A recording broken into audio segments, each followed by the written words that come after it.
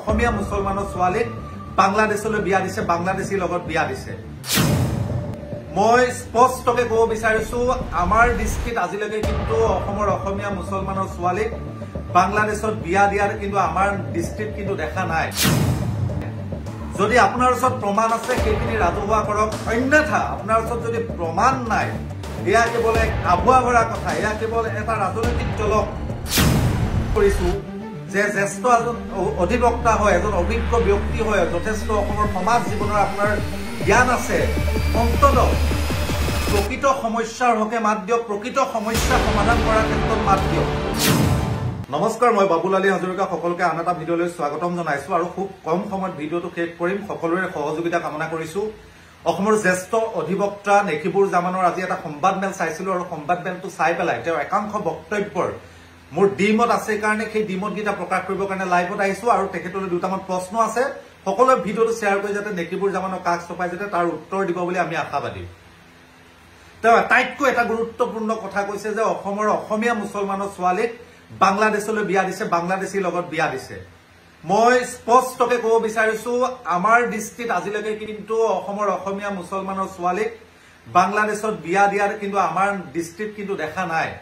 যদি আপোনাৰ ওচৰত প্ৰমাণ আছে সেইখিনি ৰাজহুৱা কৰক, অন্যথা আপোনাৰ ওচৰত যদি প্ৰমাণ নাই, এয়া কেৱল এক আভুৱা ভৰা কথা, এয়া কেৱল এটা ৰাজনৈতিক দলক সন্তুষ্ট কৰিবৰ কাৰণে ৰাজনৈতিকভাৱে পৰিচিত হৈ পেলাই যদি তেনেকুৱা ধৰণৰ বক্তব্য দিছে, তেতিয়াহ'লে মই ভাবো আপুনি আজি যিষাৰ কথা ক'লে অসমীয়া মুছলমানৰ ছোৱালীক বাংলাদেশত বিয়া দিছে, বাংলাদেশীৰ লগত বিয়া দিছে, সেয়া সমগ্ৰ অসমীয়া মুছলমানক আপুনি অপমান কৰিছে।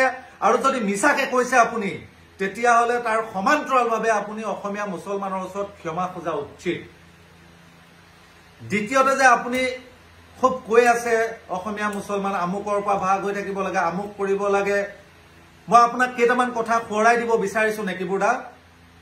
আজি কেইদিনমান আগত আপুনি সংবাদ মাধ্যমত দেখিছিলে নে নাই নাজানো, হয়তো সেই সময়ত চাগে আপুনি নিদ্ৰাত আছিলে যেতিয়া লখিমপুৰত আমাৰ গৰীয়া মানুহখিনি উচ্ছেদ কৰিছিলে।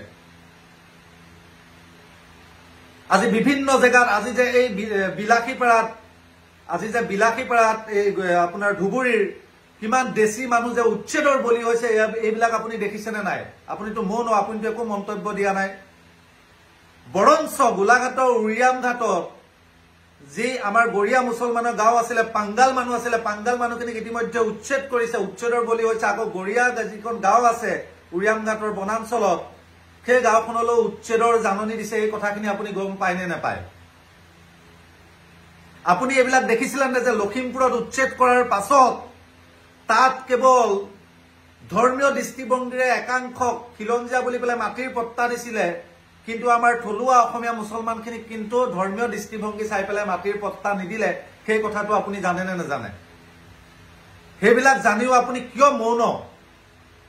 যদি প্ৰকৃততে আপুনি অসমৰ অসমীয়া মুছলমানৰ, থলুৱা মুছলমানৰ অভিভাৱক হোৱাটো বিচাৰিছে, তেতিয়াহ'লে সম্পূৰ্ণ নিৰপেক্ষভাৱে প্ৰকৃত থলুৱা অসমীয়া মুছলমানৰ যিখিনি সমস্যা আছে, সমস্যাখিনিক এক প্ৰতিবাদী কণ্ঠ হৈ থিয় হ'ব লাগে।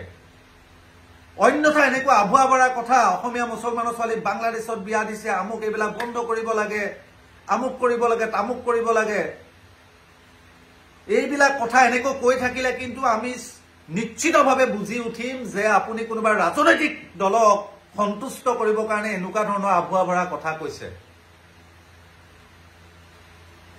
আপোনাক স্পষ্টকৈ ক'ব বিচাৰিছো, আপুনি যিটো আটাইতকৈ ডাঙৰ এটা গুৰুত্বৰ অভিযোগ আনিছে যে অসমীয়া মুছলমানৰ ছোৱালীক বাংলাদেশীৰ লগত বিয়া দিছে, বাংলাদেশত বিয়া দিছে, সেই কথাটো আপুনি প্ৰমাণ দিয়ক, অন্যথা অসমীয়া মুছলমানৰ ওচৰত আপুনি ক্ষমা খুজিব লাগিব। সেই কথাও কিন্তু স্পষ্ট। লগতে অসমীয়া মুছলমানৰ আজিৰ দিনত যিখিনি সমস্যা হৈ আছে, আজিও উৰিয়াম ঘাটত উচ্ছেদৰ জাননী পাই অসমীয়া থলুৱা মুছলমানে কান্দি আছে। হয়, উচ্ছেদ সম্পূৰ্ণ বনাঞ্চলত থাকিলে সকলো জাতি ধৰ্ম নিৰ্বিশেষে বেদখল মুক্ত হ'ব লাগে। ধৰ্মীয় দৃষ্টিভংগীৰে চাই কেৱল এটা ধৰ্মাৱলম্বী লোকক টাৰ্গেট কৰি পেলাই উচ্ছেদৰ জাননী দিব, উচ্ছেদ কৰিব, তাৰ বিৰোধিতা আমি সদায় কৰিম আৰু সেই কথাটো আপুনিও বিৰোধিতা কৰা উচিত। তাকে নকৰি পেলাই যিবিলাক অসমীয়া মুছলমানৰ সমস্যা আছিলে, সমস্যাক লৈ পেলাই প্ৰেছ মিট নিদি পেলাই ক'ৰবাৰ নাভূত নাশ্ৰিত কথাবিলাক সংবাদ মেলত উত্থাপন কৰাই অসমৰ অসমীয়া ৰাইজে বুজি উঠিছে যে নেকিবুৰ জামান আজিৰ দিনত কাৰ পকেটত সোমাই পেলাই কাৰ চটলিপিত এনেকুৱা ধৰণৰ সংবাদ মেল দিছে সেই কথাটো বুজি উঠিছে।